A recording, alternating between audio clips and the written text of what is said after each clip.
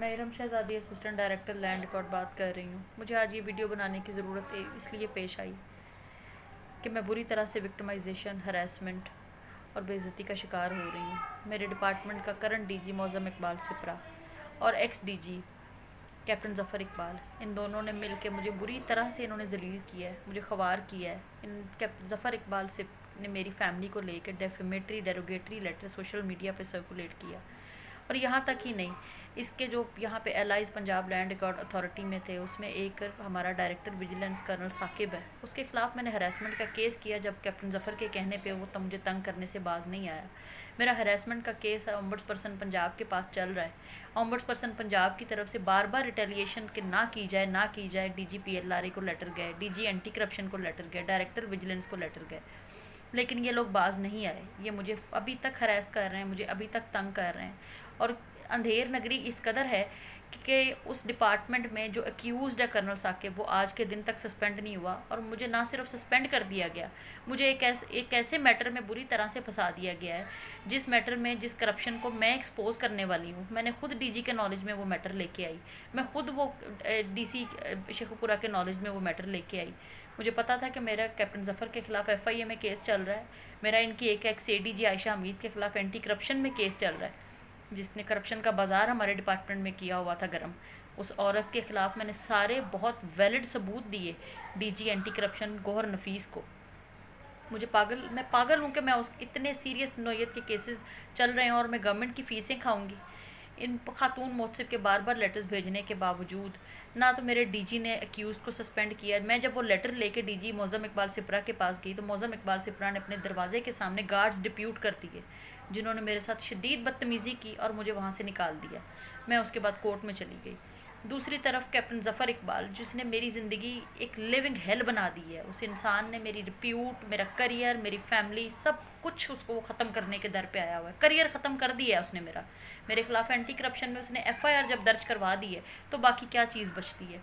और आज मेरे ऊपर ये स्टेज आ गई है कि क्रिमिनल कैप्टन ज़फ़र इकबाल है, जिसने अपने सगे भाई साजिद इकबाल चौधरी के थ्रू सोशल मीडिया पे एक लेटर सर्कुलेट करवाया मेरी फैमिली को लेके। और एफआईए में मैंने कंप्लेंट की हुई है। 1 साल से एफआईए ने कोई एक्शन नहीं लिया इस आदमी के ख़िलाफ़, इसको नोटिस तक नहीं गया।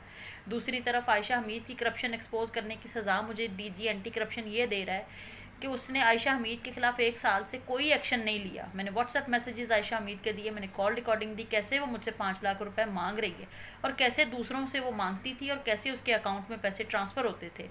लेकिन आयशा हमीद के ख़िलाफ़ आज के दिन तक डीजी एंटी करप्शन गौहर नफीस ने कोई एक्शन नहीं लिया। लेकिन मेरे खिलाफ़ एफआईआर भी दर्ज हो गई, वही मैटर जो मैं खुद इनकी नज़रों में लाई थी। और वो सरासर इसलिए किया जा रहा है कि ये चाहते हैं कि मैं कैप्टन ज़फ़र इकबाल के ख़िलाफ़ मेरे केसेस जो हैं वो विड्रॉ करूं। मैं अपना हरासमेंट का केस कर साकिब के ख़िलाफ़ जो है वो अपना विड्रॉ करूं, और एंटी करप्शन से मैं आयशा हमीद के ख़िलाफ़ जो मैंने उसकी करप्शन एक्सपोज करने का केस किया हुआ है, मैं वो विड्रॉ करूं। इन्होंने मेरी ज़िंदगी लिविंग हेल बना दी हुई है। इन्होंने मुझे, मेरे घर में 30 लोग, कोई सोच सकता है मैं क्रिमिनल हूँ? मैं कौन हूँ? मैं एक आम सी सादा सी खातून हूँ जिसके 2 बच्चे हैं, जिसकी एक पढ़ी लिखी फैमिली से मेरा ताल्लुक़ है। हम मिडिल क्लास फैमिली के लोग हैं। हम किसी को पैसे नहीं दे सकते, हम किसी को रिश्वत नहीं दे सकते, ना हम ले सकते हैं। हमारी फैमिली इस तरह की है, हमारी वैल्यूज़ इस तरह की हैं।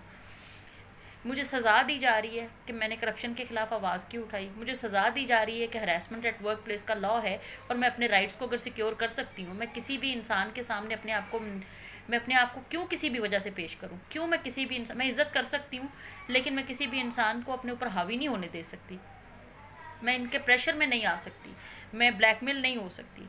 उसकी सज़ा मुझे ये दी जा रही है कि मेरे खिलाफ़ डीजी एंटी करप्शन गौहर नफीस ने एक एफआईआर दर्ज की और 30 लोगों को पुलिस और गाड़ियों पे इसने मेरे घर भेजा। वहाँ पे जाके मेरी सास के साथ, मेरे घर वालों के साथ उन्होंने बदतमीज़ी की, जैसे पता नहीं कौन क्रिमिनल औरत है, मैं टेररिस्ट हूँ जिसको अरेस्ट करने के लिए ये लोग मेरे घर इस तरह से आए हैं। और उसके बाद इन्होंने वहाँ तक ही नहीं, इन्होंने पूरे पंजाब में मुझे लेके लेटर सर्कुलेट कर दिए। मैं किसी बंदे को मुंह दिखाने के काबिल नहीं रह गई। और उससे बड़ा जुल्म ये, हरासमेंट का केस मेरा कर्नल साकिब के ख़िलाफ़ चल रहा है, साइबर हरासमेंट का केस मेरा कैप्टन ज़फ़र इकबाल के ख़िलाफ़ चल रहा है, और एंटी करप्शन में आयशा हमीद के ख़िलाफ़ मेरा केस चल रहा है। इसी इतने सेंसिटिव केसेस करने के बाद मैं अफोर्ड कर सकती हूँ कि मैं करप्शन करूँ और वो भी सरकारी ख़जाने को मैं नुकसान पहुँचाऊँ?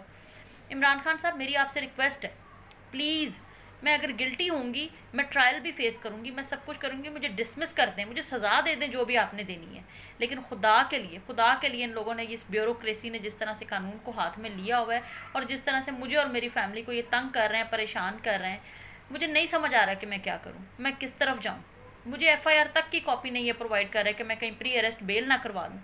ये डीजी एंटी करप्शन गौहर नफीस ये पागल है, ये क्यों मेरी जान के पीछे पड़ गया है। मुझे इस इंसान से, मुझे कैप्टन जफ़र इकबाल से और कर्नल साकिब से शदीद जान का खतरा लाक हो गया, क्योंकि कानून की इन लोगों के नज़दीक कोई अहमियत नहीं है, कोई हैसियत नहीं है। अगर कानून की अहमियत इनकी नज़र में कोई होती तो आज मैं इस तरह से दौड़ ना रही होती, मैं इस तरह से ना छुप रही होती, ये लोग कहीं छुप रहे होते, मुझे अपनी जान की फिक्र ना होती, या अपने बच्चों की जान की परवाह ना हो रही होती कि वो सिक्योर नहीं है। इनको इनसिक्योरिटी हुई होती कि हमने करप्शन भी की है, हमने एक खातून की कैरेक्टर असैसिनेशन भी की है, एक खातून को हमने कहा कि हमें पैसे दो, उसने नहीं दिए, तो वो खातून भाग रही है, वो खातून यहाँ पे मुँह छुपाने के लिए मुझे जगह नहीं मिल रही, मैं पनाह लेने पे मजबूर हो गई हुई हूँ कि मैं किधर जाऊँ कि मुझे एफआईआर की कॉपी मिले और मैं प्री अरेस्ट बेल करवाऊँ और मेरी जान छूटे इन लोगों से। लेकिन ये लोग मेरी जान के दुश्मन बने हुए हैं। प्राइम मिनिस्टर साहब प्लीज़ मैं रिक्वेस्ट कर रही हूँ, मेरी जान, मेरी इज़्ज़त, मेरे बच्चों को, मेरी फैमिली को, मेरे हस्बैंड को आपकी प्रोटेक्शन की शदीद ज़रूरत है। मुझे बचा लें इन लोगों से, ये लोग मुझे मार देंगे, ये लोग मेरी फैमिली को, मुझे, मेरे बच्चों को मार देंगे। ये ब्यूरोक्रेट्स बहुत जालिम है। मुझे अगर कुछ हो जाता है, मुझे किसी भी तरह का कोई नुकसान होता है, तो Gohar Nafees DG anti corruption, Mauzam Iqbal Sipra DG PLRA और ex DG captain Zafar Iqbal, जो कि इन सब का सरकर्दा है, जो कि अपने आप को, अपनी सेक्रेटरीशिप को बचाने के लिए, जो कि इस वक्त करंट सेक्रेटरी इंडस्ट्रीज़ है, उसको बचाने के लिए वो ये सब कुछ कर रहा है।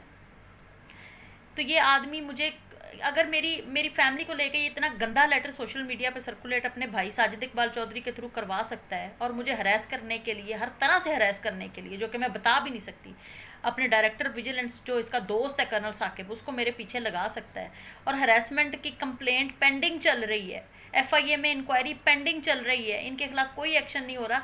उस कानून के पेंडिंग होने के बावजूद अगर ये लोग मेरे खिलाफ एफआईआर करवा सकते हैं और मुझे भागने पे मजबूर कर सकते हैं, तो ये मेरी जान भी ले सकते हैं, ये मेरे बच्चों की जान भी ले सकते हैं, मेरी फैमिली की भी ले सकते हैं। खुदा के लिए कोई तो मेरी मदद करे, कोई तो इस सारे मैटर में देखे कि खातून के साथ ये कर क्या रहे हैं, मेरा बैकग्राउंड चेक किया जाए, मेरे इन लॉज की, मेरी फैमिली की, मेरे माँ, मेरा भाई, मेरी सास, मेरे जो भी रिलेटिव हैं, उन सब की जायदादें चेक कर लें कि जब से मैं इस जॉब में आई हूँ, अगर मैं इतनी करप्ट हूँ तो वो पैसा कहीं तो गया होगा। लेकिन आप साथ ही कैप्टन जफ़र इकबाल जो करंट सेक्रेटरी इंडस्ट्री है, ये एक हम्बल बैकग्राउंड से आया था, बहुत हम्बल बैकग्राउंड था, आप समझ रहे हैं, हम्बल मतलब बहुत हम्बल। और अगर ये इस वक्त 3 से 4 कनाल के DHA ब्लॉक में 4 कनाल के घर में ये रह रहा है, और स्विमिंग पूल भी है इसके घर में, और ऑडी की गाड़ियाँ हैं इसके पास, और तेड़ा मौजे में इसके फार्म हाउसेज हैं, तो ये कहाँ से आया है? 70-80 हज़ार की सैलरी वाले बंदे के पास इतनी चीज़ें कहाँ से आ गई? मेरी प्रॉपर्टी भी चेक कर लेना कि मैंने अगर करोड़ों की सरकारी फीसें खा ली हैं और मैंने इतना गबन किया है, मेरा मीडिया ट्रायल शुरू हो गया है, मेरा फैमिली ट्रायल शुरू हो गया है, मेरी इन्होंने मैरिड लाइफ तबाह बर्बाद कर दी है, मेरी मैं क्या करूँ? मुझे नहीं समझ आ रही कि मैं क्या करूं। खुदा के लिए इमरान खान साहब, खुदा के लिए इस मुल्क को तबाह करने वाले इन ब्यूरोक्रेट्स के नेक्सस को तोड़ें।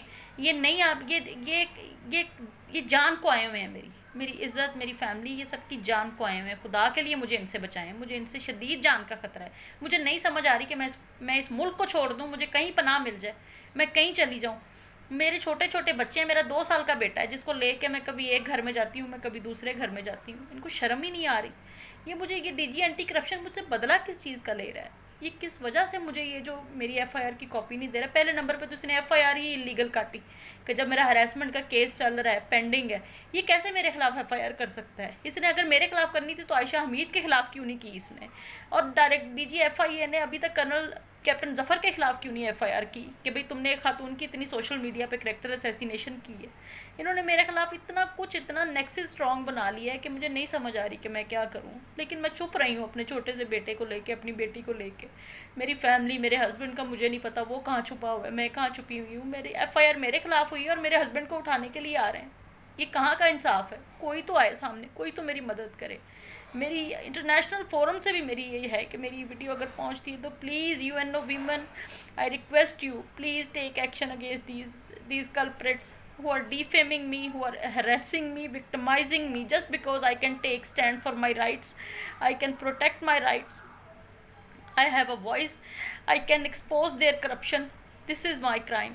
This is only my crime. I request you all please, खुदा के लिए मेरी अपनी सोसाइटी से, इमरान खान से, चीफ जस्टिस साहब से मेरी रिक्वेस्ट है कि मेरी इनसे जान बचाएं. मुझे नहीं समझ आ रही, मेरे पास कोई सिफारिश नहीं है, कुछ नहीं है कि मैं क्या करूं, मैं किधर जाऊं.